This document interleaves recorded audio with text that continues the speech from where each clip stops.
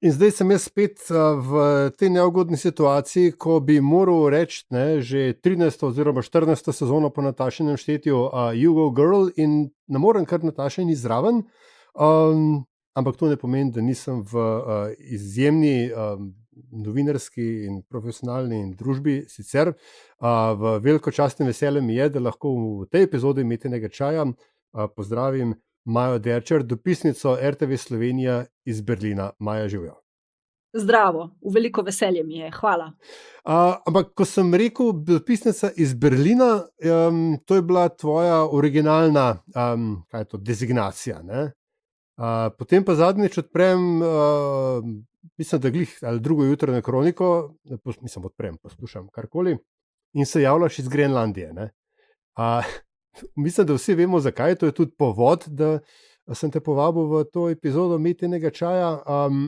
In še preden ti postavim res prvo vprašanje, najprej, ker moram s tem opraviti, ko si se prijavljala na položaj v Berlinu, na dopisništvo v Berlinu, a si mislila, da boš poročala iz Grenlandije? Ne, ko sem se prijavljala za dopisnico v Berlinu, si tudi nisem predstavljala, da bom tako pogosto, mogoče v Varšavi, na Poljskem, da bom lahko spremljala parlamentarne volitve na Češkem.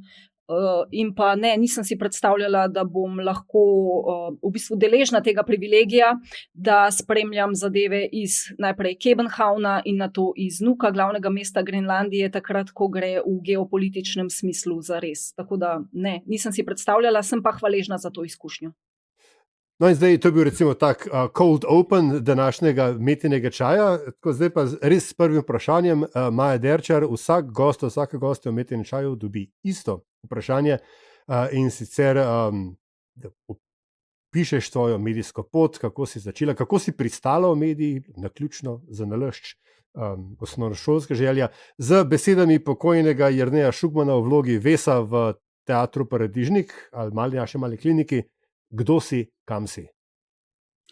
Na radio sem prišla leta 2005 in sicer najprej v izobraževalno redakcijo, kjer se pripravljajo daljše poglobljene oddaje, pogovori, kot je recimo oddaja Intelekta. Takrat, ko sem prišla na radio, je trajala še 1,5 ure. Pokrivali smo sicer tudi dnevno dogajanje, predvsem znanost in pa zelo kmalu potem tudi ekonomijo. Potem sem zaključila študij mednarodnih odnosov na FDV-ju. Na radio sem v bistvu prišla zato, ker sem kot majhna deklica sedela večkrat v avli na Tavčarjevi 17.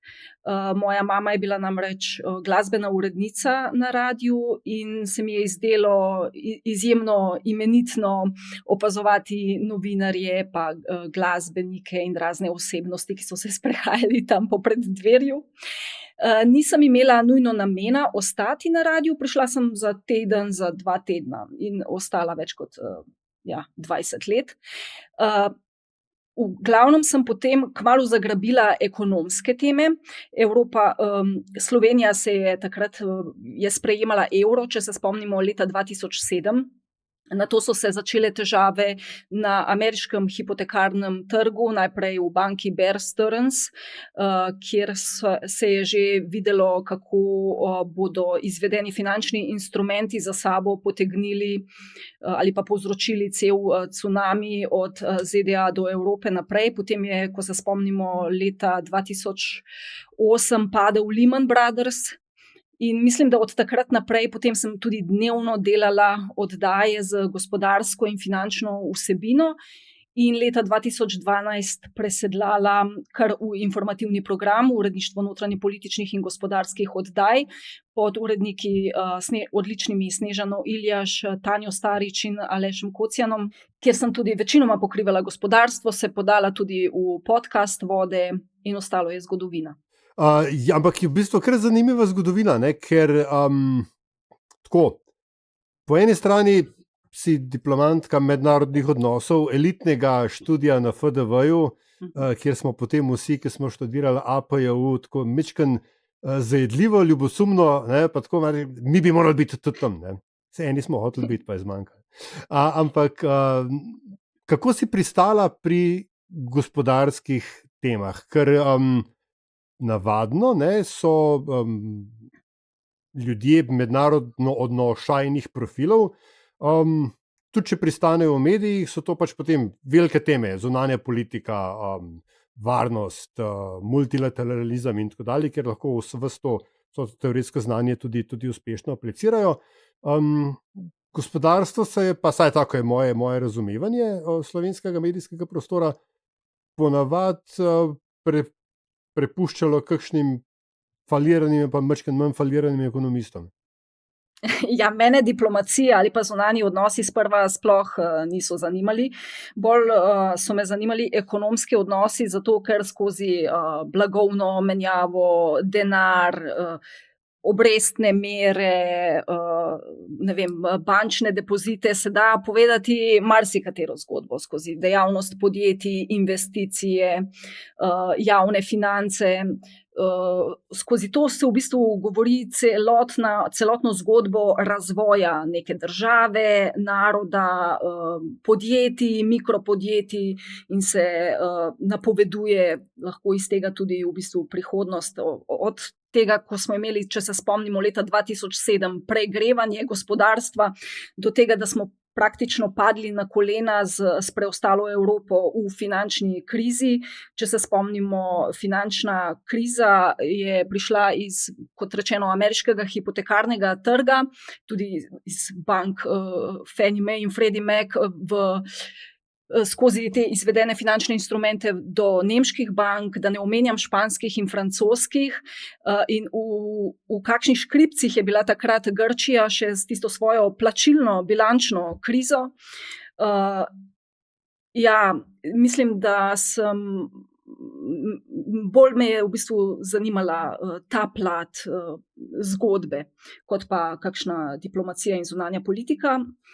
Ampak potem, zdaj, ko sem na berlinskem dopisništvu, je to mogoče malo drugače. Gospodarstvo je samo del mojega poročanja, veliko je zunanje politike, veliko je diplomacije. Si mogoče tudi zgodovinsko zanimivo, ne? Ker če si, kot si rekla, 2005 si prišla na radio, par let kasneje se zgodi Lehman Brothers, pač stečaj Enrona in tako dalje. Lahko bi seveda tukaj nadaljevala, omenila islandsko bančno krizo in kako so Angleži to reševali, ne, z antiteroristično zakonodajo in tako dalje. Ampak hočem reči, gospodarski odnosi so takrat v resnici bili jedro meddržavnih ali pa nadnacionalnih odnosov. Sklepale so se ad hoc alianse glede na to, kdo je bil komu dolžen in kdo je komu kaj posojal. Absolutno, in od tod tudi potem ta nocija, da obstaja nek sever Evrope, ki je bil mogoče izvozno naravnan, ki je bil bolj varčen, ki je imel svojo javno finančno politiko, proračune recimo izravnane, in ta nocija, da jug Evrope enostavno troši, da živi prek svojih meja. Navsezadnje Goldman Sachs je bila tista bančna oziroma investicijska ustanova, ki je svetovala Grčiji, kako naj skriva svoj dolg. In ko je pač nastopila finančna kriza, Grčija ni bila več sposobna odplačevati dolga. Spomnimo se takrat, kaj je recimo govoril takrat naš nekdanji finančni minister Franci Križanič: zdaj bomo posodili toliko in toliko milijonov, Nemčija toliko in toliko milijard Grčiji, da se izkoplje iz te finančne krize, sprejme ukrepe, ki jih je naložila trojka, in potem bomo ta denar dobili nazaj, poplačano z obrestmi in tako naprej. Ja. Takrat se je v bistvu dejansko vse dogajalo res med državami, med njihovimi proračuni, med blagovnimi tokovi, finančnimi tokovi. Vprašanja so bila, ali bomo zdaj odpisali dolg Grčiji, ali ga bomo prolongirali za 20 ali za 30 let in tako naprej. Bili so izjemno zanimivi časi, zdaj smo jih nekoliko pozabili, zato ker je vmes prišla pandemija koronavirusa, ki je pa tudi po svoje je spremenila svetovno gospodarstvo z zlomi dobavnih verig, s tem, ko smo bili zaprti doma in se je spreminjala ekonomija v bolj digitalizirano delo od doma, in smo že nekoliko res pozabili na ta odmev finančne krize, na gibanje, mislim, da se je imenovalo Mi smo 1%, če se spomnimo, takrat se je zelo opozarjalo na velike neenakosti, ki se vlečejo še danes, absolutno. Se mogoče ravno to, ne, v bistvu, dobro, res da je vmes minilo 10 let, ne, ali pa vsaj 8 let med vrhuncem evropske dolžniške krize, primarno z Grčijo. Slovenija je bila v končni fazi po Grčija, Cipr, Slovenija je bil planiran, je bil vrstni red. Ne, in sam da to rešim, ker sva že ravno pri tej debati, pred par dnevi sem z enim starim kolegom, prijateljem govoril in pač obstaja v Sloveniji teza, da je Slovenija preplačala reševanje te krize, ne? Da so nas nategnali, po domače povedano, tako kot 1% vedno nategne 99%. Moja teza pa je bila, da smo mi v bistvu še dobro skozi prišli. Kdo od naju se moti oziroma imava oba s tem mojim kolegom narobe? Takrat, ko je slovensko vlado vodila Alenka Bratušek in se spomnimo še finančnega ministra Uroša Čuferja.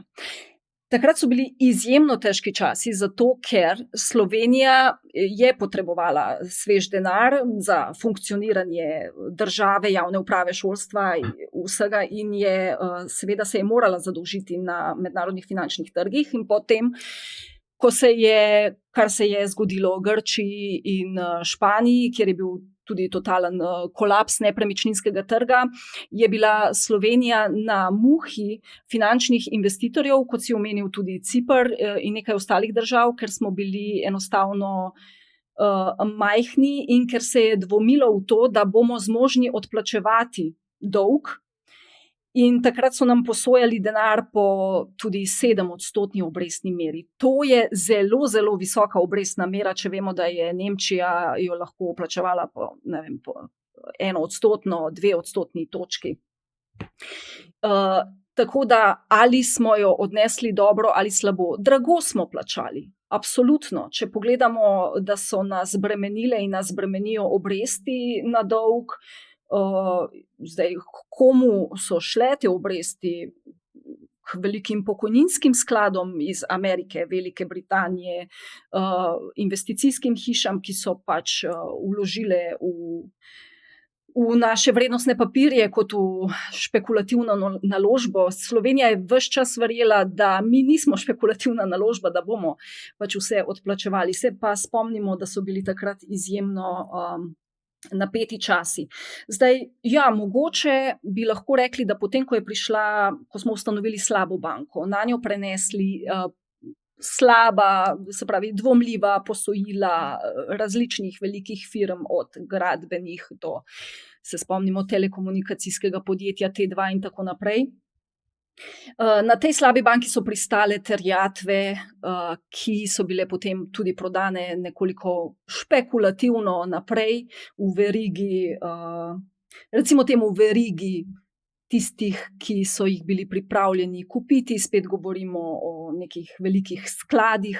Eden izmed njih je želel kupiti tudi Slovenski Telekom.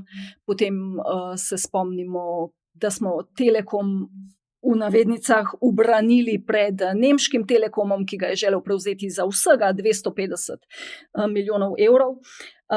Ampak hočem reči, da nekaj terjatev, ki so šle na slabo banko, sploh niso bile tako slabe.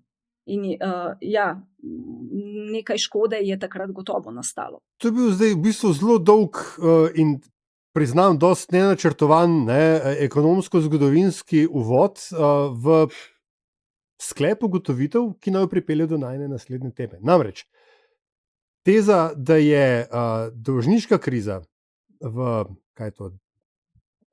early tens, nimam Slovenije, v drugem desetletju novega tisočletja, kombinirano s pandemijo, ki se jo tudi opisala kot dva v bistvu motilca ustaljenih ekonomskih tokov, da sta pomenila konec neoliberalnega gospodarskega in političnega reda. da prihaja na nek način do deglobalizacije.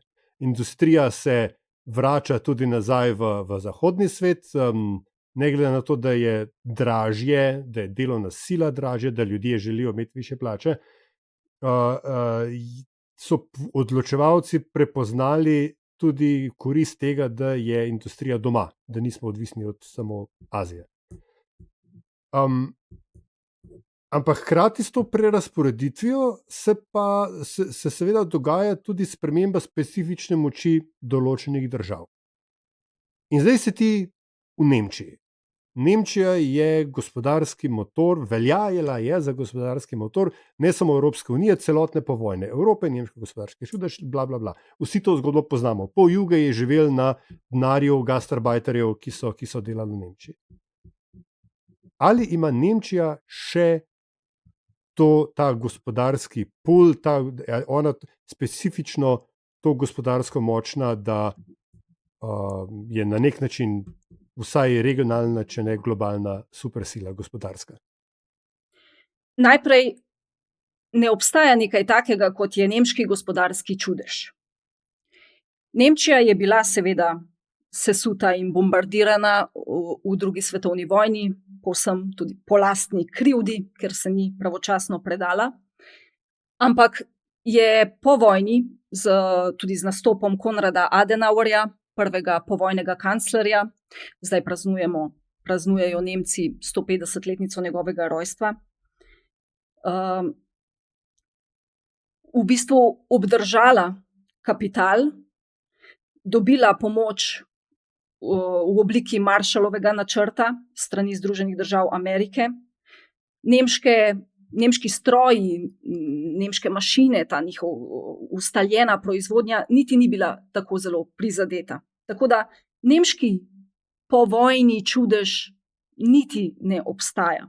V smislu, govorim zgolj gospodarsko, v drugih smislih seveda preobrazbe je Nemčija naredila velik napredek.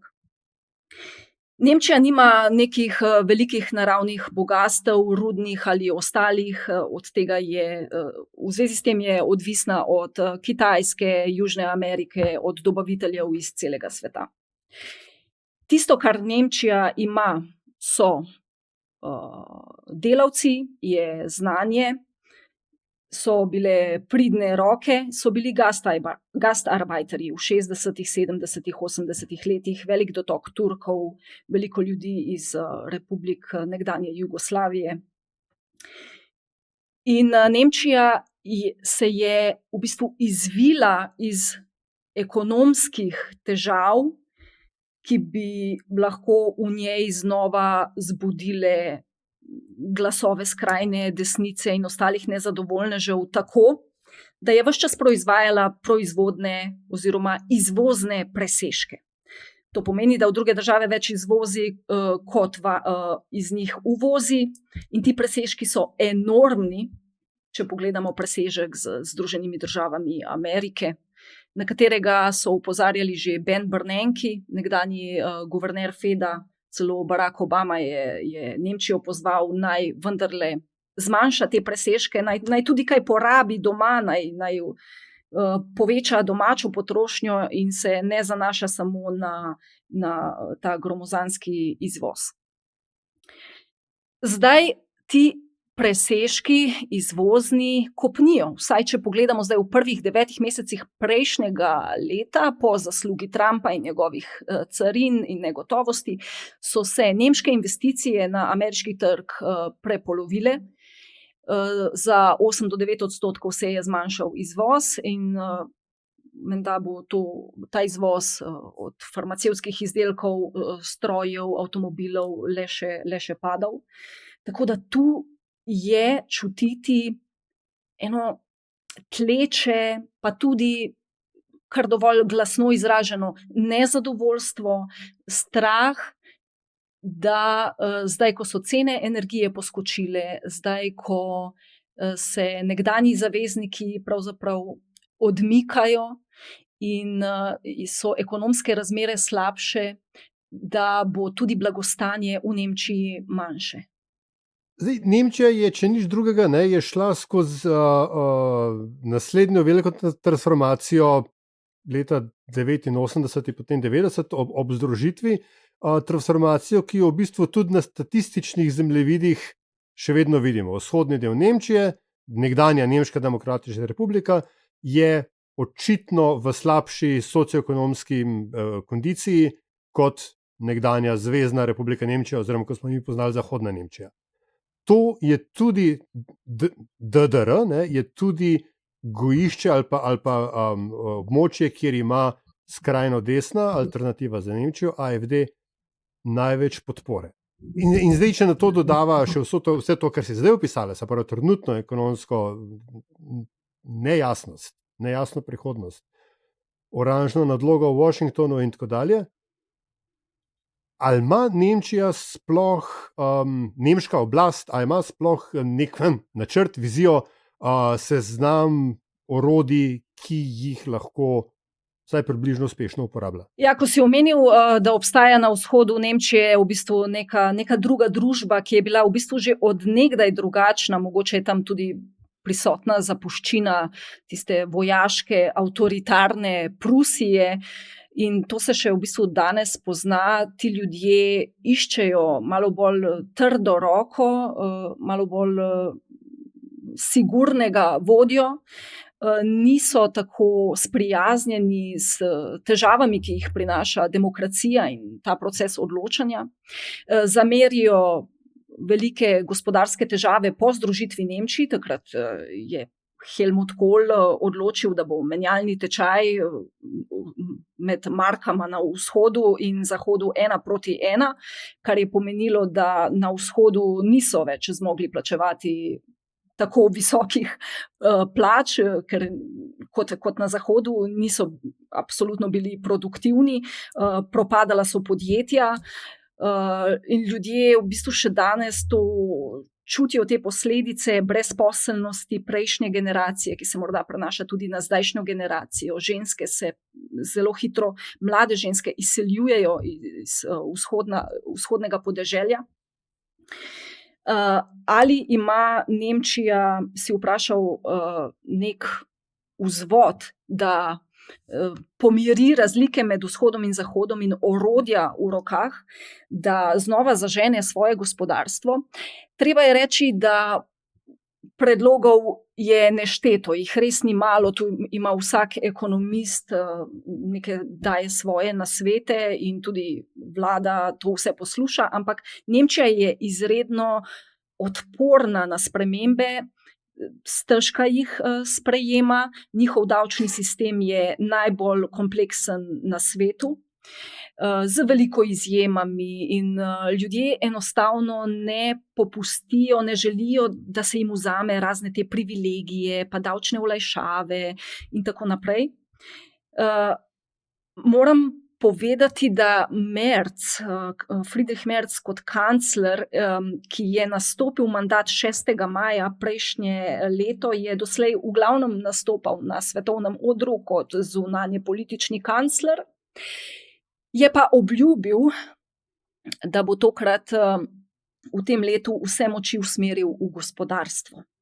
Kaj zdaj to pomeni? Ali bo ostalo pri tem, da bo znižal davčne stopnje na dobiček podjetij, to naj bi se začelo izvajati tam zdaj zelo postopno, pa da bo malo razbremenil tudi davek na dohodek. Skratka, kaj lahko Merz kot kancler, kaj lahko vlada stori, da zažene gospodarstvo, če nima v bistvu vzvoda v podjetjih, ne odloča namesto direktorjev? Kaj lahko stori v teh razmerah, ko ima na eni strani Kitajsko, ki tudi zapira dostop do kritičnih surovin, in na drugi strani ima Trumpa, ki vsakič grozi z novimi carinami, ki so dejansko uničujoče za nemško gospodarstvo. Res je vprašanje, ali Merzu, v katerega se polaga veliko upanje, da mu bo uspel gospodarski preobrat, ali lahko sploh dejansko kaj doseže.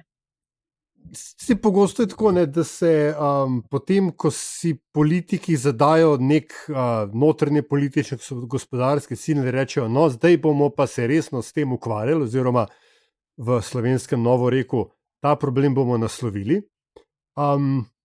se jim potem zgodi kaj nepredvidenega. Ne? Recimo, da ameriški predsednik zahteva Grenlandijo kot 51, oziroma 52, ne, če štejemo še Kanado zraven, zvezno državo. Da je skrajno desna AfD kar naenkrat, zdaj ne vem, kakšne so ankete, najbolj popularna ali pa druga najbolj popularna stranka. Skratka, da takrat, ko se ti zdi, da si se ti umiril do te točke, ti obvladaš situacijo do te točke, da zdaj pa lahko res se lotiš problemov, kot jih poznaš, nastanejo čist neki novi problemi. Zato preden se lotva Grenlandije, ne, še drugo vprašanje, ali je nemška politika generalno, mainstream politika, dovolj odporna in dovolj fleksibilna, da bo te šoke sposobna absorbirati in jih prebaviti. Če kdo, potem je Friedrich Merz tisti, ki stavi na to, da goji kar se da dobre odnose s tako ameriškim predsednikom, čigar telefonsko številko ima in ga lahko pokliče, kot z drugimi deli sveta, da poskuša v bistvu v tej svoji sferi vpliva obdržati trmasto Poljsko, svojo glavo Francijo, Italijo, da goji čim tesnejše vezi z Veliko Britanijo, ki, kot vidimo, mogoče sploh ne bi smela iz Evropske unije, potuje po svetu, v Brazilijo, zdaj je bil v Indiji, planiran je obisk na Kitajskem. Če kdo, potem je Friedrich Merz tisti, ki je upoštevanja vreden na svetovnem odru. Zato, ker prvič uživa v tej svoji vlogi, v tej svoji diplomatskem položaju, ker govori tuje jezike, je izjemno, recimo temu, prijeten sogovornik, se zna prilagoditi. Skratka, Nemci res polagajo upanje vanj veliko, veliko bolj kot so v prejšnjega kanclerja Olafa Scholza, ki je bil v tem smislu za nemško populacijo nekoliko razočaranje. Ali pa kaj lahko stori zdaj Friedrich Merz, recimo v odnosu do Donalda Trumpa? Kot vidimo, ne išče nekega odprtega konflikta, ne pošilja mu sporočil, zelo je previden. Veliko stavi na to, kar se dogaja v ozadju, na prepričevanje v ozadju. Donald Trump tudi spoštuje Merza, ga upošteva že zaradi nemške gospodarske veličine in pomembnosti. Navsezadnje ZDA niso tako neodvisne od nemških zdravil, strojev in ostalega blaga. Ampak Merz se je odločil, da to nekako vlogo usklajevanja, odziva prepusti evropski ravni, kjer lahko sicer on tudi zavzame določen položaj, ampak doslej mogoče ni bil vedno najbolj uspešen, ko je šlo recimo za to, da bi Evropska unija uvedla sankcije proti Izraelu, se je Merz branil. Bilo je kar nekaj teh trenutkov, ko Merz v tem krogu evropskem ni bil najbolje sprejet, je pa zelo nevarno, če solira. Tako da zdaj vidimo, da stvar prepušča Evropski uniji, enotnemu odzivu, in znotraj te evropske družine igra zelo konstruktivno vlogo, je pa pripravljen tudi se postaviti za Nemčijo, za Evropo napram Trumpu. Ko si že pač omenila Izrael, to je bila ena od teh stvari, kjer je Evropa, oziroma tako trenutni nabor evropskih politikov ali pa evropskega javnega mnenja pač ugotavljal, da nek zgodovinski spomin, nek zgodovinski dolg vendarle obstaja in da je on pač del eno od osnovnih gradnikov nemške politične identitete po vojni, in da se pač te stvari ne spreminjajo, te pozicije ne spreminjajo samo zato, ker bi bilo, ne vem, popularno. Pa zdaj ne trdim, da je prav, kar je, samo pač poskušam razumeti, zakaj je pač ta nemška pozicija takšna. Ne? Ampak vprašanje je bilo moje še na notranje političnem delu. Ne glede na vse in tudi za razlogov, ki sva jih že navedla, je AfD vedno bolj močna in tudi vedno bolj resen in etabliran player v bistvu ne samo nemški, ampak že kar v evropski politiki. Na eni strani imamo to njeno mainstreamizacijo, na drugi strani pa je bil nedavno, mislim, da jeseni, nek poskus, da bi se prepovedal mladinski oddelek AfD-ja, njihov, komsomol, kakorkoli že. Spet smo pri orodjih. Ama Nemčija s svojim zgodovinskim bremenom nacizma orodja, pravna, družbena, v smislu družbenega konsenza, da kompenzira ali pa celo prepreči razrast ekstremizmov, v njihovem primeru predvsem desnega ekstremizma. Nemčija ima vsa orodja, tudi v pravnem smislu, ampak letvica je postavljena zelo visoko. Ne da se stranke kar tako prepovedati.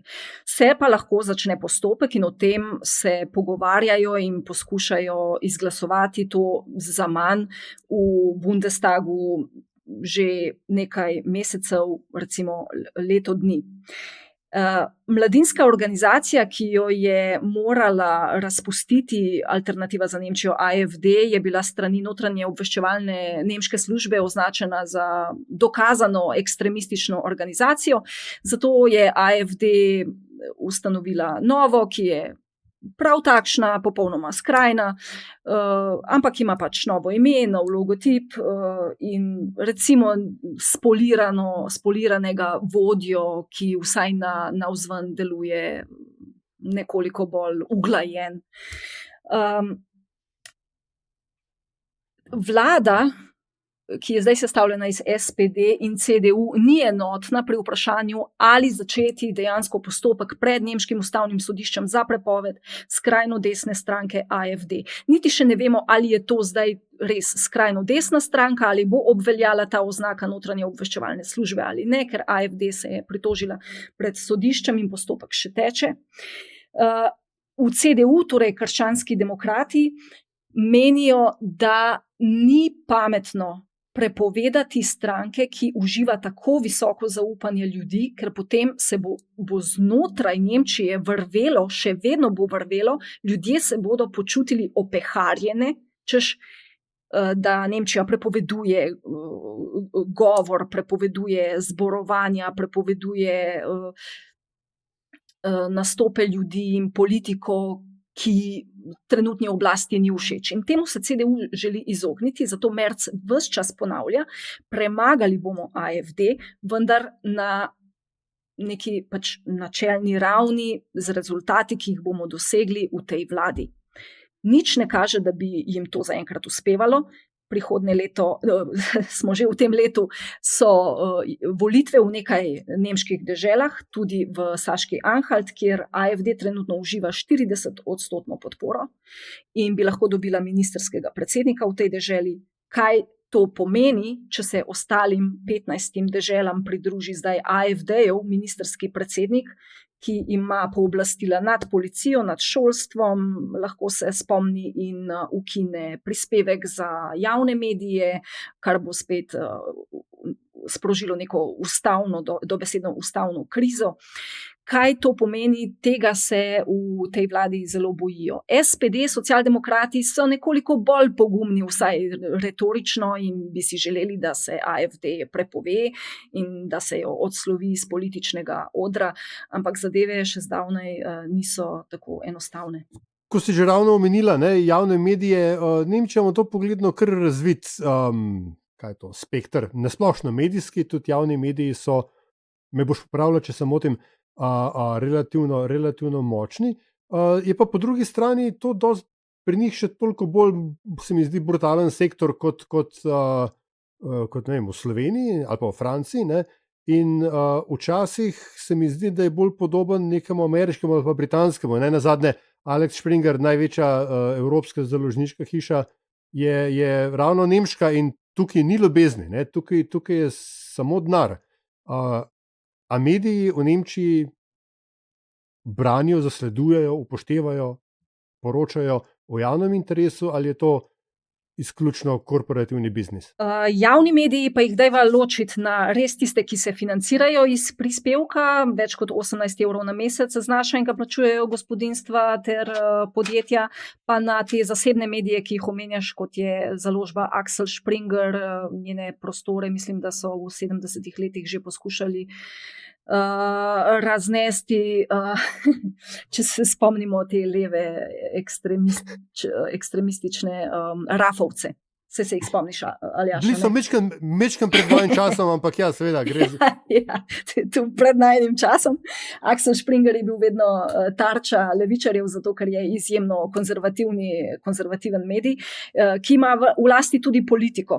Ampak ja, če greva na javne medije, ARD, CDF, na Deutschlandfunk, na to celotno mrežo regionalnih medijev, oni so bili v bistvu v navednicah vzgojeni strani Američanov po vojni. Američani so povedali, kako se zadevam streže, kako se poroča, čim bolj nepristransko, sumničavo do oblasti, kar je bilo takrat to potrebno z lekcijo, ki so jo imeli iz druge svetovne vojne. Torej, da so res sedma sila, da so res četrta veja oblasti. In tako naj bi ravnali še danes, so pa doživeli izjemno veliko kritiko po 7. oktobru 2023. Nekaj mesecev so pač stali neomajno na strani Izraela, niso podvomili v dejanja izraelske vojske, potem se je pa tudi javno mnenje obrnilo proti javnim medijem, češ da se grejo cenzuro, enostransko poročanje in prikazovanje samo te strani, in so praktično morali obrniti kurs in malo pogledati na zadevo širše. Zasebni mediji, ja, tu je izjemno velika, široka paleta, so zelo kakovostni mediji, saj poznamo Süddeutsche Zeitung, Spiegel, Die Zeit, Die Welt, ki spada pod Axel Springer, pa Politiko in tako naprej. Opažam pa, da se dogaja ta bifurkacija medijev na levo in desno v Nemčiji, tako kot se to dogaja tudi povsod drugod, ne nazadnje morda tudi v Sloveniji, da se točno ve, ta je bolj ne vem, pristranski za to stranko, ta dobiva informacije od druge strani. Tako da vedno se ve približno potem, kateri zorni kot uberejo ti mediji, ampak še vedno ostajajo zavezani osnovnim novinarskim postulatom, se pravi, nič laži, preveriti je treba informacijo nekajkrat, preveriti je treba dejstva. Če pa, Aljaž, dovoliš, bi pa samo omenila neverjeten razcvet podcastov v Nemčiji. In to v bistvu že odkar sem v Berlinu več kot 2 leti, opažam veliko preobrazbo. Kar pomeni, da Nemčija, ki je dežela radija, ljudje radio poslušajo več kot 4 ure na dan, in to 53 milijonov od 84 milijonov Nemcev, radio je res popularen. To pomeni, da se zdaj veliko ljudi, veliko poslušalcev vseli v podcaste, ki izhajajo ob 5 zjutraj, 6 zjutraj, včasih nimajo niti datuma, ure izhajanja oziroma objave.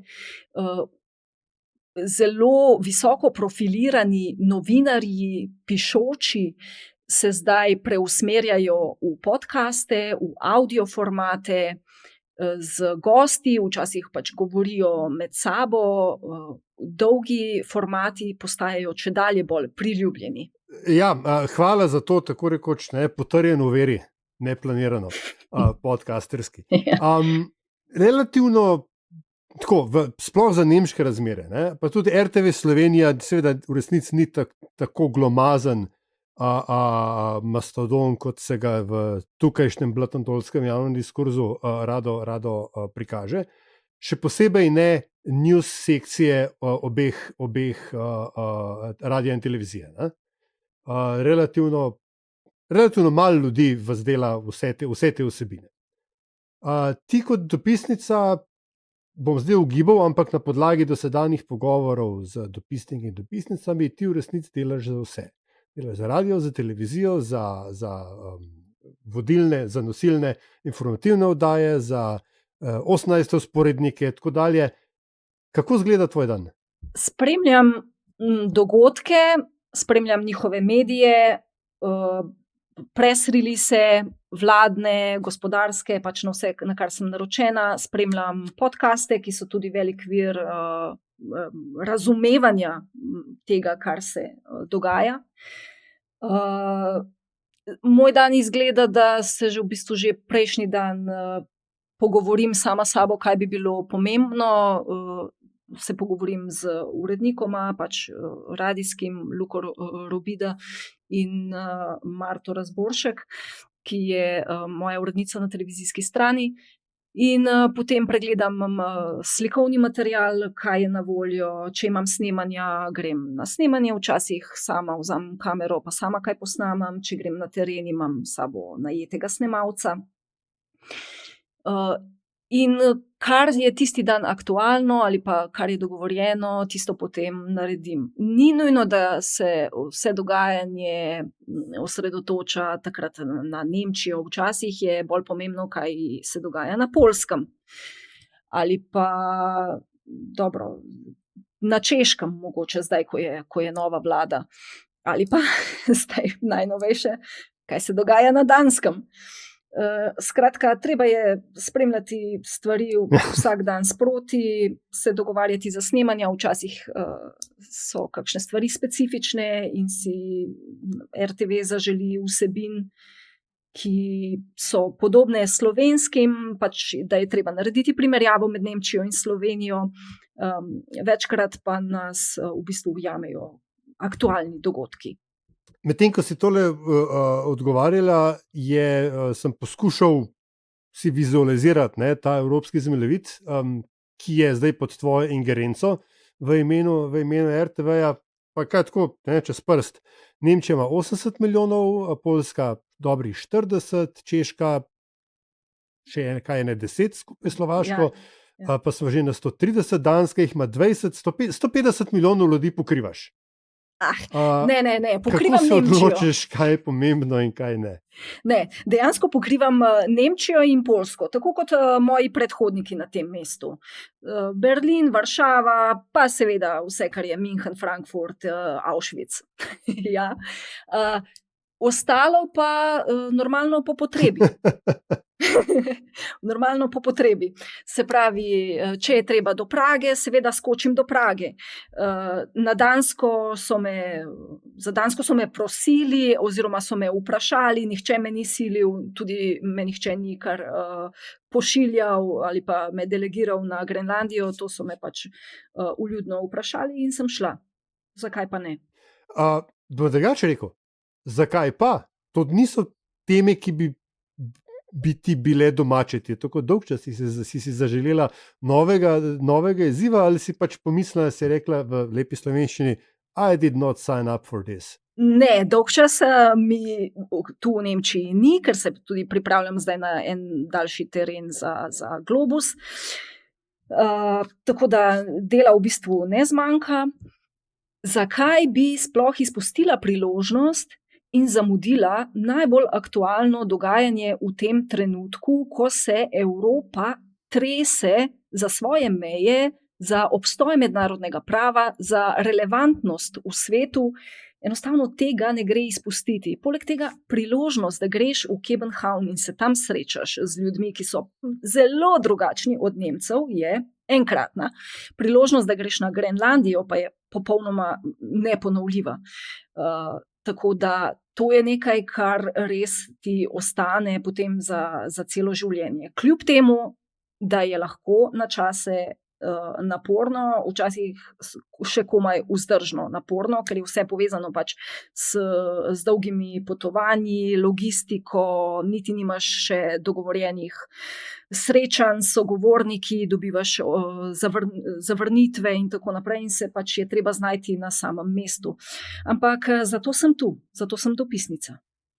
Velike medijske hiše imajo pač cele biroje, ekipe, lokalne sodelavce, tako imenovane stringerje, ki jim urejajo vse te stvari, da o luksuzu ločene producentskega delovnega mesta sploh ne govorimo. Ti si za vse to sama? Tako je. Stringerji in vse, kar je povezano z visokimi stroški, je nekaj, na kar mora RTV Slovenija kot manjša medijska hiša paziti. Ne moremo si privoščiti še, dodatnih na stotine ali pa na tisoče evrov, pač nismo tako veliki, kar pa ne pomeni, da nismo prizadevni, da nismo v središču dogajanja. Ravno tako lahko, če hočemo, dobimo sogovornike. Slovenci smo imamo izjemne kontakte povsod. Tudi na Grenlandiji imamo kontakte. Vsezadnje sem tudi tam srečala edinega katoliškega duhovnika. Prav na Grenlandiji deluje pater Tomaž Majcen. Imamo gospo Heleno Dejak, ki je poročena z Islancem, ki je živela na Grenlandiji in je tam ustanovila podjetje, ki pozna tega in onega in lahko posreduje. Izjemno mrežo imamo Slovenci in to moramo izkoristiti. Mislim, da ni bil tvoj direktni predhodnik, ampak moški del dopisniškega para Lakner Anžin, Boštjan, je pred kratkim v Metinem čaju opisoval razliko med dojemanjem RTV Slovenija v Berlinu in v Beogradu. Ja. Kjer pač na Balkanu, če rečeš RTV Slovenija, so vsa vrata takoj odprta. Ampak vendar tudi Nemčija se je spremenila od takrat, tudi novo odkrita evropska, strateška avtonomija naj bi dajala v osnovi prednost vsemu evropskemu. To, da si naš je načeloma boljše od tega, da si od unih ponovem. Ko ti rečeš, da si iz RTV Slovenija, a to v tvojem delokrogu, v tvojem rajonu, to dan danes kaj več pomeni, kot je nekoč, ko je bil Boštjan tam? Ja, ne bom lagala ali pa pretiravala, če rečem, da včasih čutim to, da ko prihajam iz majhne Slovenije, ne vejo vsi, kje to je, ali pa kako smo veliki, kako smo pomembni ali kako smo majhni. Niti včasih ne poznajo Slovenije, ampak v primerjavi, to pa verjamem, s časom, ko je bil tu Boštjan Anžin, se je dosti spremenilo. Tako da, ko mi tukaj rečejo, da poznajo Bled, Bohinj, dolino reke Soče, da so že vsaj prečkali Slovenijo, obiskali Ljubljano, sicer nimajo pojma, kdo nam vlada ali pa nam je vladal, kako smo ljudje tu politično usmerjeni in tako naprej. V bistvu zato se niti pretirano ne zanimajo, ampak načeloma nimam večjih težav. Recimo 50-50. Pri recimo dostopu do kakšnih malo bolj občutljivih zadev ali pa večjih zadev sem precej omejena, ker izbirajo CNN, BBC za pogovore in ne ravno RTV Slovenija. Ampak se čisto nič ne pritožujem nad tem, kar dobim in koga dobim pred mikrofon. Tako da v primerjavi s tistimi časi pred letom 2014-2015, ko je bil tu Boštjan, mislim, da se je tudi ta zavest, da je Slovenija tu, da je blizu, da je del Evropske unije, spremenila. Eno od najboljših orodij za dopisnike so zveze v lokalnih medijih. Ne nazadnje, to je ta klasična novinarska bližnjica, ko vsega drugega zmanjkaš za mnenje, izjavo, karkoli, prosiš pač kolega novinarja. Kako zelo se ti lahko, pa ne rečem, da se moraš, pa kakorkoli, ampak po domač povedan, kakšne zveze imaš ti tam pri svojih nemških kolegih, kolegicah? Nemški kolegice in kolegi ne dajejo izjav, sploh ne radi tujim novinarjem. In tudi sicer so oni bolj kar delo zase. Več kot stikov z njimi imam stikov s tujimi dopisniki, ki so tu.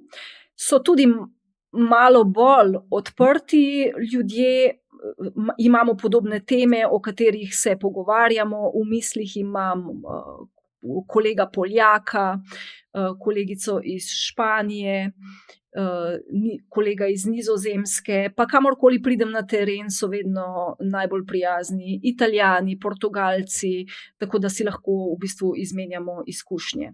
Z nemškimi kolegi tega niti ni, so precej zaposleni in so nekako na drugem nivoju, ne znam tega drugače povedati. Imamo pa tuji dopisniki v Nemčiji združenje, in ki mislim, da je tudi najstarejše združenje tu, vsaj tako mi pravijo, ki pa včasih, zdaj malo manj, ampak včasih organizira pogovore ali kakšne ekskurzije. In takrat potem vsi naenkrat dobimo priložnost, da nekega eksperta, politika ali kogarkoli pač vprašamo in dobimo izjave, intervjuje, kar pa zelo pomaga. In zdaj, kazus belli današnje epizode Metinega čaja. Koliko časa si imela, da si se pripravila na skok na Grenlandijo? Vsebinsko in logistično, da ne rečem, kar se opreme tiče, ker si ne znam predstavljati, kako spakiraš za na Grenlandijo. Da bom šla in da imam zeleno luč, da grem v Kebenhavn, sem recimo izvedela 6 dni ali 5 dni, 6 dni, preden sem tja dejansko šla. Za Grenlandijo nekaj časa še nismo vedeli, ko sem rezervirala karte in tako naprej, sta bili še 2 noči do Grenlandije, ampak za Grenlandijo ni bilo tako veliko stvari pripravljenih. Pripravljala sem se seveda s tem, da sem brala, poslušala, gledala, iskala podatke, se poskušala znajti pač po najboljših močeh. Ampak več časa sem imela dejansko za pripravo na Kebenhavn. Si vedela, kaj boš povedala, ko si šla tja? Vsaj približno, v obrisih si vedela, kako bo tvoje poročanje izgledalo, s kom se boš pogovarjala in kaj bo pač glavno sporočilo? Ja, za Kebenhavn sem ljudi iskala, komunicirala, hvala vsem, ki so pomagali po takšnih in drugačnih zvezah, recimo 3 dni. Pa to ne pomeni, da sem jih dobila 6. To pomeni, da sem dobila 3, pa da sem potem še anketo snemala in se potem javljala za vse razne oddaje, da smo pač uskladili urnike in tako naprej. Recimo, 3 dni. Za Grenlandijo tam so zadeve potekale precej sproti in so se na koncu kar dobro izšle. Ja, približno sem vedela, kaj je v ospredju, absolutno. Saj so se stvari dogajale sproti, od varnostnih vprašanj, kaj ZDA sploh hočejo, kako se na to odzvati, kaj se je zgrnilo na Dansko, kako se Danska odziva in kako je za sabo potegnila podporo Evrope, kako težki so odnosi med kraljevino Dansko in njeno nekdanjo kolonijo Grenlandijo, kaj Grenlandci sploh imajo v rokah v smislu obrambe, če bi se zgodil napad, kaj pomenijo obveščevalno delo, ki so ga Američani izvajali prejšnje leto na otoku, zbirali podatke o tem, kateri prebivalci bi bili za priključitev Združenim državam, kateri ne. Kako pomembna so rudna bogastva, zakaj se jih ne črpa, in vse, kar je prišlo sproti. No, pa mogoče za majčken konteksta, ker je seveda je lepo videti, da je Evropa, sploh zahodna Evropa, od nekje zdaj našla hrbtenico, jo obrisala prahu in si jo nazaj nataknila v hrbet in se vsaj malo postavila po robu oranžnemu bratrancu, na drugi strani Atlantika. Ampak sama si rekla, te odnosi, to ni ta zdaj neka bratska idila, vsi za enega za vse, ki bi nastala od danes na jutri. Danska ima in Grenlandija imata zgodovino. Grenlandija ni članica zdaj ali Evropske unije ali pa vsaj Evropskega gospodarskega prostora, mislim, da leta 1985 izstopila zaradi ribolovnih pravic. Ja. Skratka, je tukaj gre bolj za to, da nas zunanji sovražnik drži v kup, kot da bi bili res enotni. Kot mi pripovedujejo Grenlandci, so bili odnosi s kraljevino Dansko že dlje časa napeti, v zadnjem času pa vzeti kot samoumevni. Zdaj, Grenlandija od leta 1953 ni več kolonija, dobila je to avtonomijo in razširjeno avtonomijo, prvo leto leta 1979, drugič leta 2009. V danski ustavi piše, da se lahko Grenlandci, če se tako odločijo na referendumu, osamosvojijo, razglasijo neodvisnost. Grenlandci nimajo neke gospodarske zaslombe ali pa osnove, da bi dejansko preživeli v normalnih okvirih, ki jih zdaj, s tem, ko jih polovično financira, zagotavlja Danska. Zato še vedno ostajajo pod njeno perutjo in pravijo, je tudi prav tako, da Danska zdaj plačuje Grenlandiji ali pa podpira policijo, šolstvo, skrbi seveda za obrambno, zunanjo politiko, ker ji je to na nek način dolžna. Odnosi, ko pravim, da so bili napeti, ta napetost je prišla na plan v bistvu spet pred kratkim, ko so se tudi v danskih medijih začele pojavljati 3 stvari. Eno je obelodanitev tega, kako so Danci do leta 1987 črpali kriolit, zelo redko in nujno surovino na jugu Grenlandije, in od tega Grenlandci niso imeli nič. Vemo, kam so se stekale finance. Drugič, nisem se zelo poglabljala v to, ampak grenlandskim materam so bili odvzeti otroci, prepeljani na Dansko, dani v posvojitev ali v neke domove. To je škandal, to je neverjetna bolečina, to so brazde, ki se jih ne da zaceliti.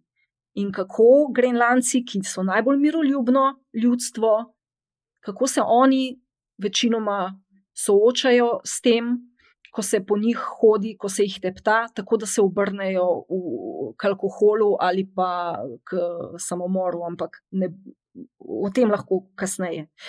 Nisem želela tega zdaj toliko poudarjati. In tretjič, prisilna kontracepcija, ki so ji bile podvržene Inuitke, menda okrog 4500 Inuitk od 60 let, pa mislim, da do leta 91, za kar se je danska premierka Mette Frederiksen sicer opravičila lani septembra, je nekaj, kar je v bistvu šele res v zadnjih letih prihajalo na plan, ko se je o tem začelo govoriti, in Inuitke še vedno čakajo na obljubljeni sklad, iz katerega bi prejele neko odškodnino od Danske. Ker če pogledamo danes piramido, to demografsko piramido Grenlandije, je zelo izvotljena pri zreli generaciji, tam nekje 48 do 60. Enostavno je bilo rojenih premalo otrok, ravno zaradi teh ustavitev materničnih vložkov, brez vednosti, brez privoljenja Inuitk. To je bila zelo nasilna politika. Nasploh je imela Danska precej neprijazno politiko asimilacije, zato so napetosti med Grenlandijo in med Dansko. Ja, od leta 2009 ima Grenlandija spet to razširjeno avtonomijo. Grenlandci se zanašajo na Dansko, čutijo, da zdaj stojijo skupaj in ne želijo izpod enega nekdanjega gospodarja, ki so ga komaj ukrotili ali normalizirali, preiti pod popolnoma neukročenega gospodarja, ki, tako mi je povedal Inuit z vzhoda Grenlandije, se bojijo se, da jih bodo ZDA prisilile v marsikaj, ne samo, da bodo plačevali za šolstvo in zdravstvo, ampak da jih bodo razselili ali po otoku, ali da jih bodo razselili po ZDA, da se med seboj ne bodo več videli, da ne bodo več imeli teh tesnih skupnosti, v katerih živijo. Skratka, strah in negotovost sta velika. To so, mislim, katastrofalno grozne zgodbe. To, kar si zdaj povedala, in ne nazadnje odnos belskega večinskega prebivalstva v ZDA do tamkajšnjih domorodnih ljudstev. Je pač še več istega, da o britanskih kolonizatorjih ne govorimo. Skratka, nek vzorec tega se ponavlja. Se pravi, situacija, kakršna je zdaj. A je pravilno reči, da je v bistvu Grenlandija v tem primeru izbrala manjše zlo, ki ga pozna, ali pa okolico, ki jo pozna? Se oni vidijo dolgoročno kot del evropske nordijske družine? Oni se dolgoročno vidijo kot neodvisna država, ki pa v ekonomskem smislu ne bo nikoli povsem samozadostna, zato bo morala sklepati sporazume z Evropsko unijo, predvsem z Dansko, s katero ima že izkušnje, in tudi z Združenimi državami Amerike. Tudi sporazume za to, da se ubrani Grenlandijo. Oni se zavedajo, da brez sodelovanja z Združenimi državami ne bo šlo. Ampak vidijo se kot neodvisna država. Zakaj? Zato, da bodo končno lahko samostojno pod svojim imenom in svojo zastavo nastopali v mednarodnih organizacijah, da bodo lahko šli na olimpijske igre kot Grenlandija, ne kot Danska.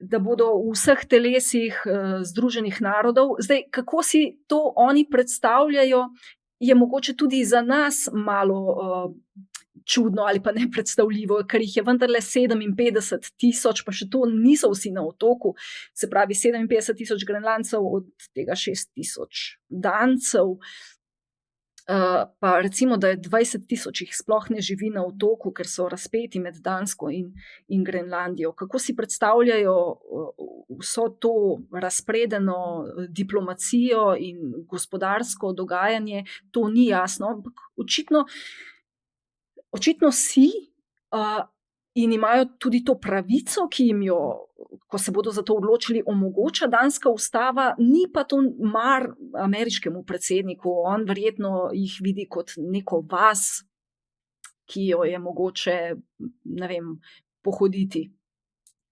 Tako da tega se bojijo. Ja, izseliti najbrž, ne? Tako kot on in Ata v Islamih, s katerimi sta služila prve milijone v New Yorku. Zdaj tak komentatorski del, komentator v meni je spregovoril. Moram še reči, kar se Grenlandije tiče, mislim, da imajo najbolj kulsko zastavo pod soncem. Pa ne? Se mi zdi pač izjemno lepa. Ko jo vidiš, pač rečeš, ja, to je to. Prej si jih že omenila, redke kovine, redke zemlje, ne vem točno, kakšen je zdaj pravilni slovenski izraz. Grenlandija ne bi bila njih polna. In vendar moj zelo ekonomsko enostavni reče, če bi bilo tako enostavno pridobivati, bi to že davno počeli. Zakaj torej ne in zakaj je to, a je to zdaj samo izgovor za velikega bulja na drugi strani, ali je res kaj na tem? Evropska unija je na Grenlandiji identificirala 25 od 34 surovin, ki jih označuje za kritične. Kritične za v bistvu zagon novega gospodarskega cikla, visoke tehnologije, proizvodnje vojaške opreme in tako naprej. To, kar se nahaja na Grenlandiji, je praktično vse od litija, grafita, zlata, diamantov, nafte, kobalta, urana. Urana od leta 2021 absolutno ne pustijo kopati zaradi pač radioaktivnosti in je tudi nasploh težava, ker imajo na Grenlandiji zelo stroga okoljska pravila in zelo počasi izdajajo dovoljenja za raziskovanje, za kopanje. Enostavno njihova administracija ne zmore, če je, ne vem, na celotnem sploh ne morem reči ministrstvo, ampak če tam okoljevarstvena in ostala dovoljenja za celotni otok izdaja 7 ljudi. Te kritične surovine, minerali se nahajajo večinoma pod zelo debelo ledeno ploščo. Zdaj pravijo, da se tali, da s permafrostom se to pač vse tali in da bo to enkrat izpostavljeno. To seveda ni res. Ta plošča je izjemno debela in do teh surovin se ne da priti, razen na obalah. Se pravi, ko je Danska kopala kriolit, ki je bil mimogrede kritična surovina za proizvodnjo 300.000 ameriških bojnih letal v drugi svetovni vojni, ker se kriolit dodaja aluminiju, je to počela na jugu države.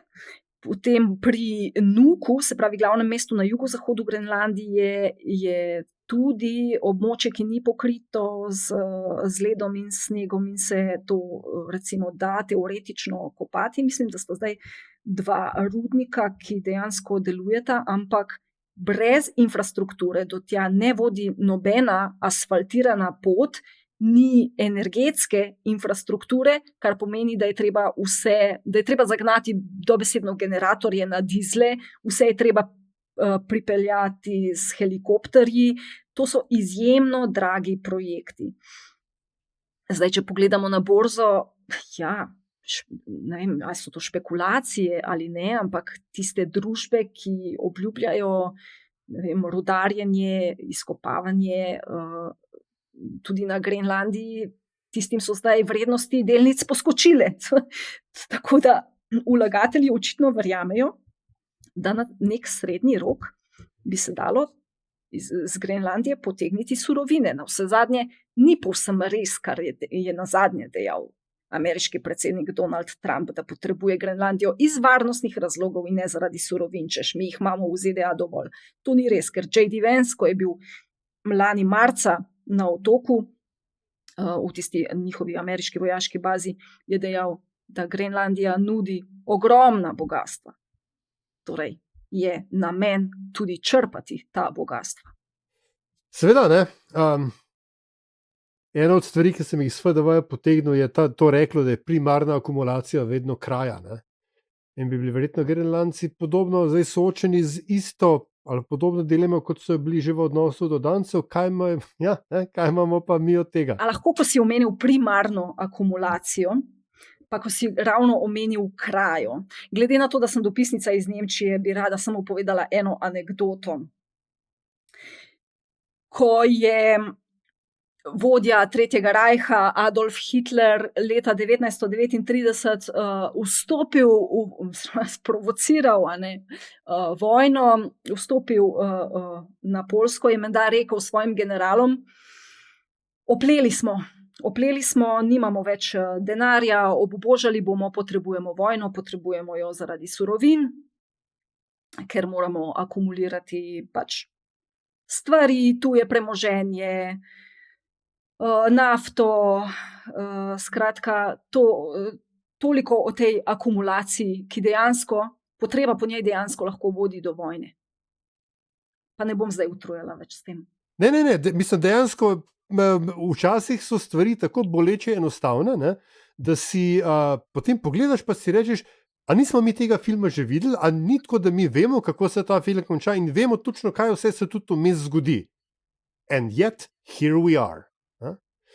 Hotel sem vprašati v resnici samo še to, kar se Danske in Grenlandije in pa zdaj teh ameriških teženj tiče.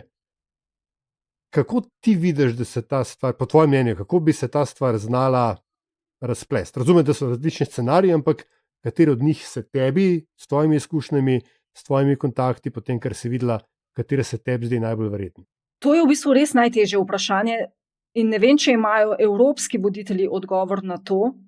Je pa edino prav, da se Evropa zdaj zoperstavlja tem ameriškim težnjam, zato ker ne pojenjajo in ne pojenjajo.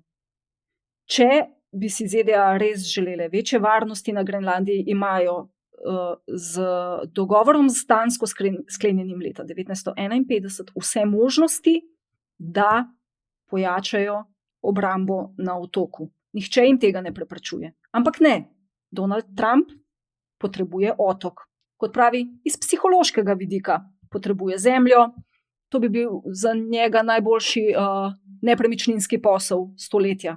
Če mu gre pač znotraj ZDA nekoliko slabše, pa njegovemu maga gibanju verjetno potrebuje nek zunanji indikator, s katerim se lahko ponaša.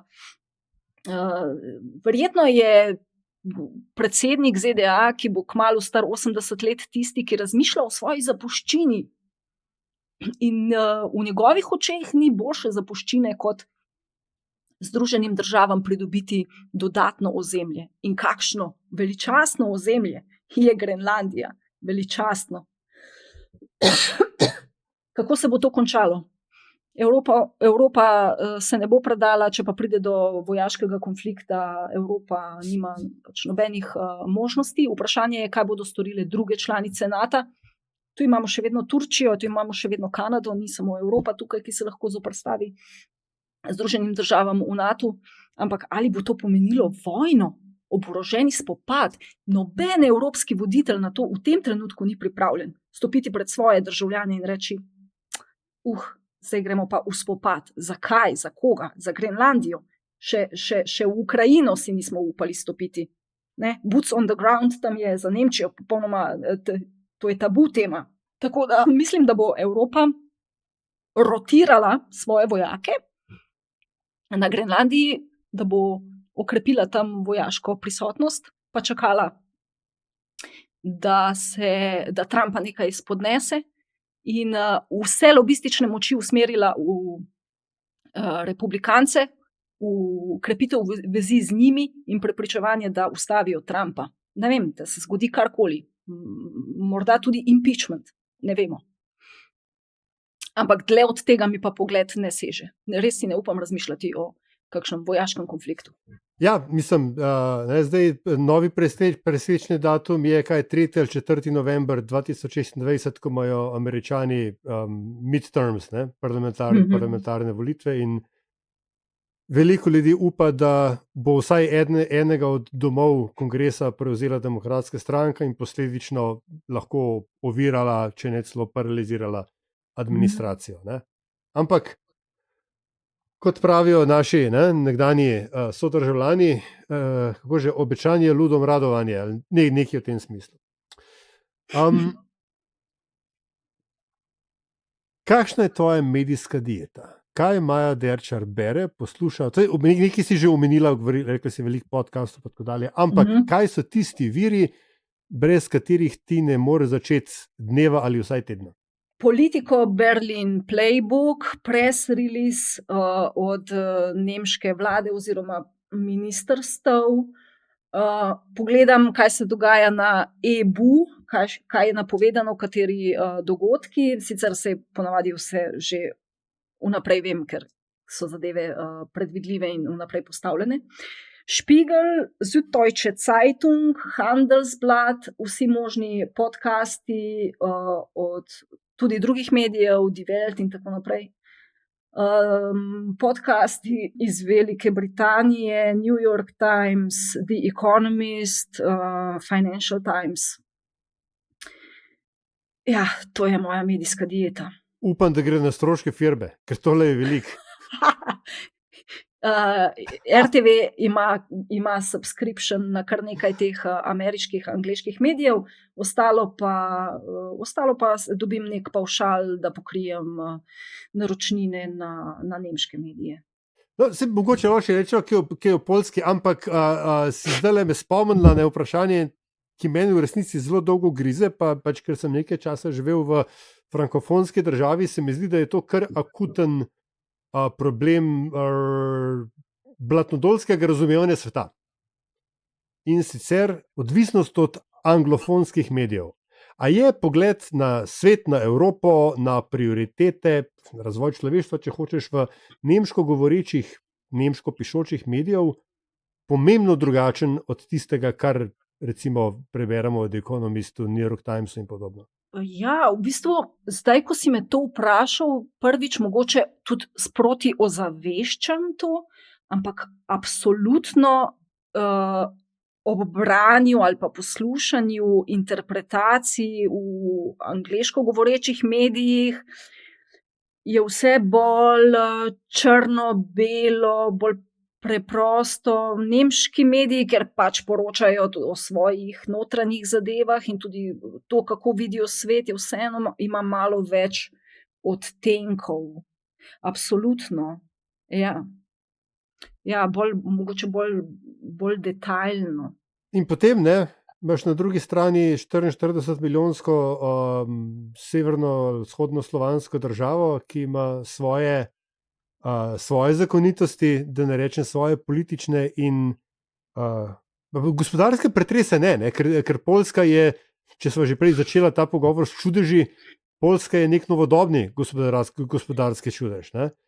Politično se pa zdi, da zdaj samo vsi nekako upajo, da bi Tusku nekako uspel žogico umiriti do te mere, da bi bila tudi naslednja poljska vlada v narekovajih normalna. Kje je zdaj Poljska? Poljska je zaslužna za svoj gospodarski čudež, ljudje so izjemno delavni, pridni. Poljska je zelo zvito zvabila sem ogromno tujega kapitala, ki je tudi ustvaril službe. Poljska raste po stopnjah, ki jih Nemčija lahko samo zavida. Je pa postala zelo potratna država. Že v času prejšnje vlade, stranke Zakon in pravičnost, so bili socialni izdatki visoki, pokojnine, veliko stvari gre iz proračuna, če je primanjkljaj tam 6% BDP-ja. To pomeni, da je Poljska na neki nevzdržni javnofinančni poti in bo morala enkrat tudi zategniti pas. Zaenkrat ji gre v gospodarskem smislu dobro, Nemci se zdaj preusmerjajo iz trgov iz ZDA znova na Poljsko, tam so že tako ali tako tradicionalno prisotni, ampak Poljska zdaj privablja še več tudi svojih ljudi, ki so bili prej v Nemčiji. Skratka, vzhajajoča zvezda. Zelo, zelo ponosnih, konzervativnih ljudi. Jaz, odkar sem dopisnica iz Berlina in iz Varšave, je tako, kot bi poročala iz ene take žive zgodovinske rane. Lani je bila 80. obletnica konca druge svetovne vojne. In ko sem spremljala razne te komemoracije ob koncu vojne in sem se jih tudi udeležila vseh teh obletnic, sem videla, kako so Poljaki še vedno povsem razumljivo ne našpičeni, ampak res zelo občutljivi. Zelo so občutljivi na to, kar se jim je zgodilo, na vse krivice, na pomore, na vse zločine, vse, čemur so bili podvrženi. In tukaj so odnosi med Nemčijo in Poljsko so ves čas napeti, ves čas je nekaj, da bo izbruhnilo. Zato Merz in Tusk poskušata vse držati pod pokrovom, kolikor se le da. In desnica, konzervativna desnica na Poljskem pa vse to izkorišča in prikazuje Nemčijo kot državo demonov, kot državo gospodarjev, ki nikoli ki je le preoblekla drugo kožo, ampak v svojem bistvu pa ostajajo nacisti.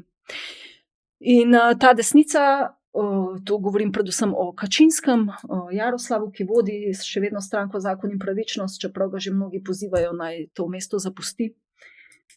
Ta desnica spet nekako doživlja nek preporod s Karlom Nawrockim, čeprav Nawrockega, 42-letnega predsednika, ki je mogoče nepričakovano zmagal lani na predsedniških volitvah, to je bilo junija, niti ne bi uvrstila čisto v tabor Kačinskega. On je bolj suverenist, bliže neki skrajno desni libertarni stranki Konfederacija.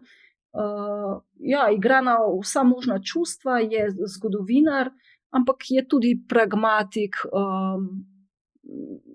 ko je treba na dan privleče ta poljski ponos, poljsko izjemnost, poljsko izjemno trpljenje v zgodovini, ki ga ne smemo nikoli, ki se ne sme več nikoli ponoviti in tako naprej. Ja, Poljaki so res nekaj posebnega. Ja, na nek zelo poetičen način bi mogoče lahko potegnili neko paralelo, ne, z Grenlandci, ljudstvom, ki nekako mu ne dajo ali pa mu ni omogočena država, in Poljsko, ki so ji 3-krat v zgodovini vzeli državo, jo razkosali, ne, in je vedno znova prišla nazaj.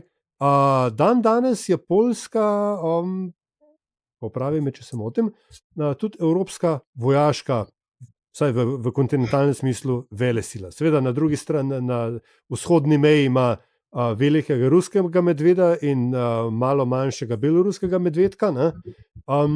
Velikokrat se je že zgodilo v zadnjih mesecih, da so aktivirali svoje letalstvo, se streljevali drone oziroma tako dalje. Vsa ta vojna, ruska agresija na Ukrajino stalno grozi nekako, da se bo prelila čez evropske meje. A je Poljska zdaj vzhodni branik Evrope, in če je to, spet zgodovinska paralela, potencialno nevarno? Poljska je zelo zavezana Evropski uniji, če tudi boš včasih zasledil podatek, da se veča število tistih, ki so evroskeptični. Ampak v splošnem je Poljska zelo zavezana Evropski uniji, varnostno pa Združenim državam Amerike. Tudi zato Donald Tusk zdaj ni obljubljal pošiljanja poljskih vojakov na Grenlandijo, ker noče ujeziti ameriškega predsednika in ker hoče, da fokus ZDA in celotnega sveta ostaja na Ukrajini, na njeni sosedi, ki ji pač ves čas grozi Rusija ob tem, da Ukrajina prejme absolutno premalo pomoči in bo še komaj vzdržala. In ne pozabimo, druga svetovna vojna je trajala 4 leta in pol. Koliko časa bo trajala vojna v Ukrajini? 4 leta in pol, 5 let, 6 let? Koliko časa lahko še zdržijo? In Poljska hoče ves čas na to opozarjati. Zato je tudi pač spodbujena z grožnjami Putina izgradila največjo vojsko v Evropi, že močno čez 200,000 pripadnikov šteje, pa da ne govorimo o rezervistih, ki se urijo. 2 milijardi evrov je namenila za utrditev vzhodne meje z Belorusijo. Absolutno je na trnih, ko gre za drone in vdore v njen zračni prostor. Takoj, ko se kaj takega zgodi, zahteva zasedanje zveze NATO in poziva k protiukrepom. Poljska je res ves čas na trnih.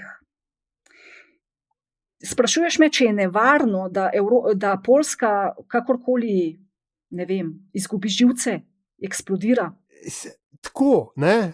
Mi smo zdaj v svetu, v realnosti, kjer se Poljska oborožuje, Nemčija se ponovno oborožuje, vse, ne vem, Francija tudi na novo pač nek svoj ponos, pač mečkam bolj ga konkretizira, ne? Enostavno, tako zelo poenostavljeno, ampak toliko veliko orožja na kupu na relativno majhnih državah, ne, ker v odnosu do ostalega sveta so evropske države vendarle majhne, zgodovinsko ni bilo dobro. Dokler sta na oblasti Merz oziroma ta mainstream nemški in Tusk in ta mainstream poljski, so stvari pod kontrolo. Kaj pa, ko se zgodijo Donaldi Trumpi hkrati v različnih evropskih državah in toliko vojske na okupu? Kaj pa pol?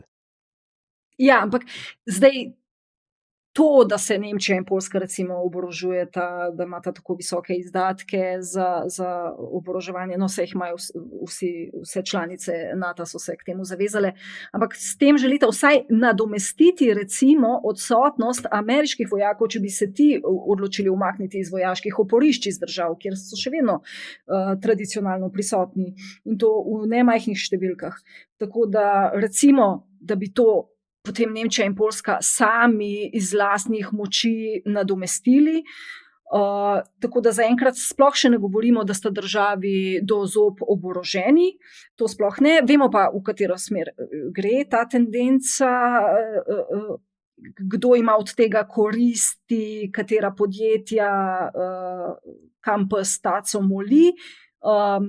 Ti si verjetno želel nekako v to zgodbo pripeljati AfD. za to stranko mi sicer poznavalci zagotavljajo, da ne bo izvoljena, da bi kadarkoli prišla na oblast, ker da so Nemci preveč pametni, ko so sami sabo v tisti predvolilno skrinjico, da jim vest ne bo dala, da bi obkrožili AfD. Jaz sama nisem toliko prepričana, ampak v redu, bomo videli. Ko bi prišel na oblast nekdo napačen, bi pač imel v rokah lahko močne vzvode, močno orožje. Razen, če ostane močna demokracija, checks and balances. Govorimo o liberalni demokraciji, ki ima razvejano oblast, da ena veja preverja drugo.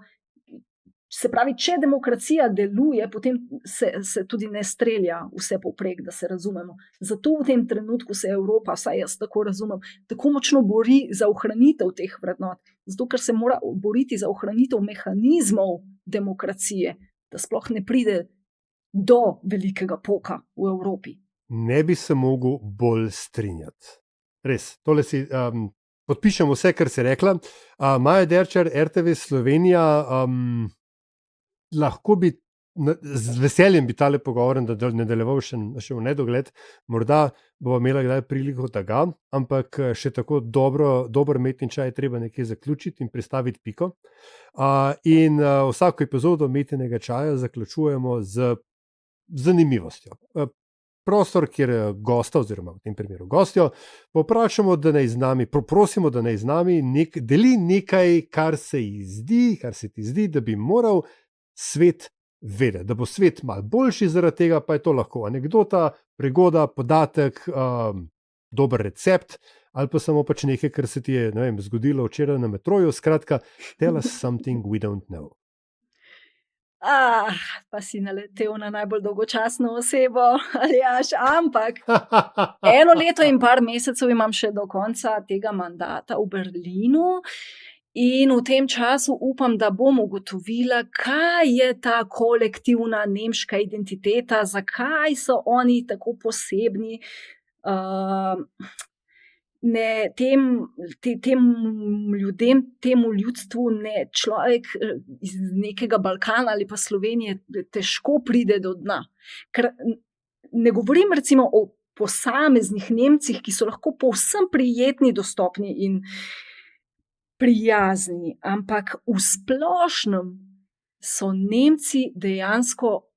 Zdaj, ko sem bila še na Grenlandiji in na Danskem, ko poznam tudi te Poljake, in to res so Nemci nekaj drugega. Odkot jim neka zadržanost do tujcev, so nekoliko bolj zaprti, v splošnem so bolj nedostopni za tujce, zelo hitro te lahko odrežejo, hitro lahko končajo pogovor. Če govorijo, večinoma, ne vem, sami radi govorijo, skratka, ves čas jim udarja na plan ta neka veličina, aroganca in kot temu pravijo tukaj besserwisserei, to, da oni pa bolje vedo od drugih. Pa jaz sem rekla, da tega ne bom povedala, ker ne želim kakšnih slabih stvari omenjati, ampak to omenjam v bistvu tudi zato, ker je ogromno ljudi, tudi ki se iz Nemčije izseljujejo prav iz tega razloga. Ampak še 1 leto pa 8 mesecev, da pogruntam to kolektivno zavest Nemcev, pa se slišiva. No, in ko boš poheknila še to skrivnost, seveda nas bo vse, predvsem mene, zelo zanimalo. Moram pa reči, da bo jasno in glasno, vse tole je bilo absolutno zanimivo in nikakor dolgočasno. Tako da counterpoint, tej tvoji samo self-deprecatory opis z lepo slovenščino. Maja Derčar, najlepša hvala, čudovit pogovor je bil, hvala, ker si se vzela čas. In zelo, zelo mi je všeč videti to, nimam boljšega izraza, novinarsko lakoto. Tako da super, hvala tudi za vse, kar delaš in pač za vsa tvoja poročanja in poročila. Hvala, Aljaž, tudi tebi za to, kar delaš in delata z Natašo. Hvala, ker si izjemno lepo vodil ta pogovor, v katerem nisem imela prav nobenih težav. Z izjemnim veseljem sem povedala, kar sem imela povedati, tako da počutila sem se dobro. Hvala ti. Hvala še enkrat. Vam, spoštovani in spoštovani, pa seveda hvala, ker ste nas poslušali, ker nas poslušate. Ne pozabite, da se lahko še vedno naročite na zapisnik Metina lista, na naš newsletter, da pošljete mail na info@metinalista.si in pa seveda, da lahko podprete Metino listo, postanete stric ali teta iz ozadja oziroma članica Vlade narodne enotnosti. In ne pozabite tudi na pošiljanje vprašanj za 200. epizodo podcasta LDGD. Vprašajte lahko karkoli, odgovorili vam bomo v AMA epizodi v kratkem.